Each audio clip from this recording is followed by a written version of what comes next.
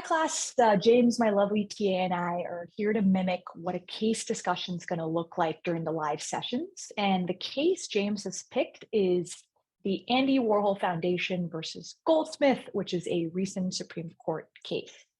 So, with that in mind, James, can you give us some context and background? What are the facts in this case?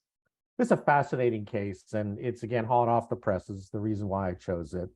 And it's a subject that I think everyone can sort of get their arms around. So there's not a lot of uphill struggle to comprehend. It's not about, the Commerce Clause. It's not about supremacy or anything like that. It's about a work of art, or is it a work of art, or maybe something in between?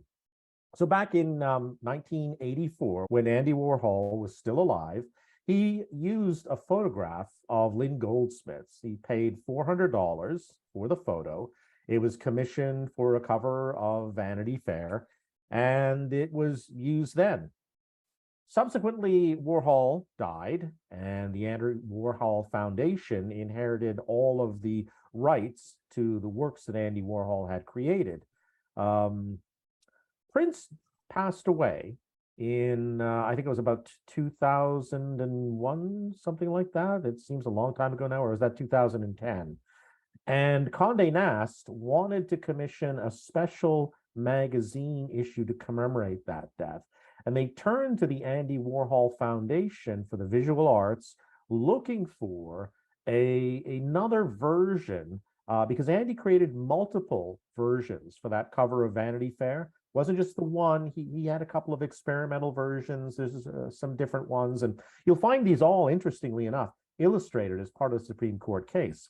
But there were some works left behind, and Condé Nast picked one and paid the Andy Warhol Foundation $10,000 to use that as the cover.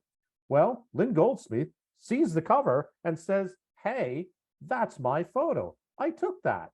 And they did that without informing her, without negotiating a fee, and she sued. Although I think it was that the Andy Warhol Foundation preemptively sued her first in order to establish that they were using that photograph under a doctrine in US copyright law called fair use.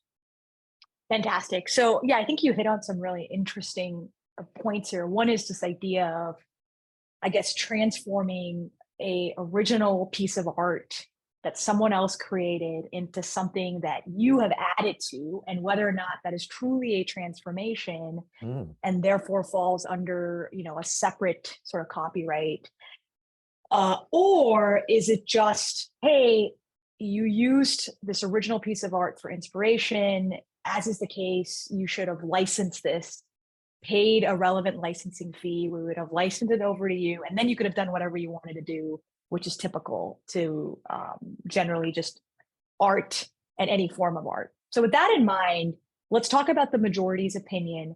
They focused on this concept of fair use. What is fair Right. use and how does it apply here? Okay. So if you're looking at standard IRAC structure, what's the rule in fair use? Well, the Copyright Act gives you 4 different ways you can fairly use somebody else's work. The first is if the purpose and the character of that use is transformative. You're doing something substantially different. You're making a comment on it or creating a parody of it even. The famous case here is Campbell v. Acuff Rose. I don't know if anyone out there remembers, but Luther Campbell and Two Live Crew took the lyrics to Roy Orbison's Pretty Woman, a song about beautiful women circa 1960, and updated it for the rap generation of contemporary America.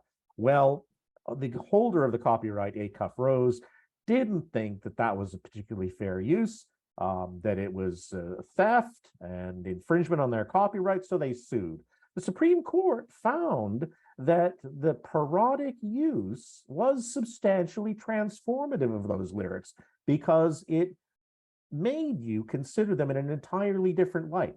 That's the same argument that the Andy Warhol Foundation used at the Supreme Court, that Warhol's work substantially transformed Goldsmith's photograph because it was a comment on celebrity, on how celebrity creates this kind of flat and vacuous and almost alienates the people that it makes celebrities. And Warhol had a history of doing this. If you look at this, you can see that he's done this with Liz Taylor, with Chairman Mao, Queen Elizabeth, in fact, Marilyn Monroe. All of these celebrities have had their portraits interpreted by Andy Warhol, and the foundation's argument is this is a transformative act because it is a commentary on celebrity and a commentary on the celebrity in the image. And most people seek out his work, right? We go to museums or whatnot specifically to see his exhibits. One of the premier modern artists. I mean, right. Since the 1960s, his work has just been innovative. If you remember some of the original works around the Campbell's soup cans, the Campbell's tomato soup can, Campbell's didn't take a kind eye to that originally, but they learned to embrace Warhol's transformation of the simple Campbell soup label, and they even brought out their own soup cans using those licensed labels from the Andy Warhol Foundation, which is a tremendous reversal from looking at that as theft of their copyright to embracing and celebrating Warhol's work. He started out in advertising and had a great visual imagination, great eye for products and how they impacted America. And if you think about how celebrities impacted America, I think that's a great argument from the Warhol Foundation. Was not convincing, however. The majority didn't buy it. I think it came down to a very simple fact. Look, what was the purpose and character of the use? And the Supreme said, well, in both the Goldsmith case and Andy Warhol's, it was commercial. They did it to make money. The fact that he'd already paid when he was alive, Lynn Goldsmith got $400 for this. The fact that the foundation got $10,000 and couldn't even get, an agreement with Lynn Goldsmith to reuse the photo. I mean, split the money with her, give her $1,000, give her something, I think the Supreme Court really wanted to stand up for artists. You can't steal from the work of another artist and pass it off as your own. I think that was the very narrowly focused decision of the majority. Now, people have chosen to interpret that in a very different way. And I think that's where one of the concurrences comes in. It's to sort of underline that idea of, look, you're reading too much into this. We're not anti-art. We're not anti-Warhol. We're just asking you to narrowly focus on what was that use. Was it transformative? No. The use was commercial. It wasn't for like an academic purpose. You and I can, when you see the next slide, I've appropriated photos of some very famous people there. Is my use transformative? Yes, because it's for an academic purpose. I'm commenting on a decision of the Supreme Court. So I can get away with it. Whereas if we're doing it for money and I was being paid commercially for this, I couldn't appropriate these images and use them. It sounds like the majority aren't really art connoisseurs because they're not seeing the value of this final product, right? But I think you make a good point, which is the majorities were sort of sticking up for artists. They were sticking up, making sure that they're fairly compensated. But I think the dissent has a very, very good argument too, which is that, they ask the rhetorical question, which is, does this stifle creativity? Are we now saying every time you do something with an original image that you better get licensed, you better pay licensing fees before you move on? So just thoughts on what the dissent had to say. And then I'd love to hear just your impressions about the case. Again, I think that's a great point. You don't want to stifle creativity. You want to offer as much freedom and ability to be creative as possible. However, I do find that, when Andy was alive, he felt compelled to license and pay Lynn Goldsmith for her work. If you'll notice in all the other works of celebrities that he does, those are images from the public domain. There's no copyright. So there is no compulsion for him to have to pay those royalties. But when you do use the work of a photographer who makes their living, right, off the photos they take, and the Supremes also point out the fact that, Lynn Goldsmith was also approached and paid by other magazine companies for the use of her prints photos on the covers, right? The fact the Andy Warhol Foundation didn't pay her, I think, was, it was a good decision. Maybe it didn't follow the precedent in Campbell v. Acuff and Rose Music, but I think in terms of equity, it was the right thing to do, to recognize Lynn Goldsmith's copyright. Her work as a photographer, the first female rock photographer, was transformative in and of itself, and not to recognize the work that she'd put into this. And you can see in the central image here how when you superimpose Warhol's image on top of Prince's photograph that she took, that she styled, that she developed, she made the prints for these, right? All of that work to generate that image was hers. And when you superimpose Warhol's work, I mean, what's he done? And the case in point, I think, is when you put this in context of the Prince series, Warhol picked, I think, the best of these images for the original Vanity Fair cover. The purple Prince from the lower right-hand corner. Right, this is what we remember. Yeah. That's the one from 1984. This is sort of the second best, maybe third best of the Prince images. There's a couple of others here that, you might have been able to go with, but it wasn't the best one. So I don't know. I mean, was this sort of Warhol working towards, the right piece of art, and the rest of these are just sort of work products that should have been protected from public eye? He never may have meant any of these to be seen, bought, purchased, or used in that context. The best one, I think, was published in Vanity Fair in 1984. That's sort of the impression. Yeah, wonderful.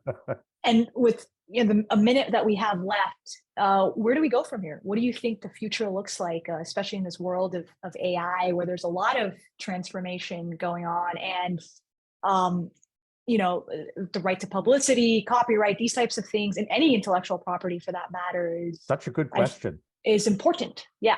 And you know how that with some of these like DALL-E and other of these image generation AIs, you could actually tell it to make the image in a certain style. I mean, I myself have asked for Warhol-like portraits. I tried it to sort of produce the portraits of the Supreme Court judges, but it didn't give me really good results. Not that.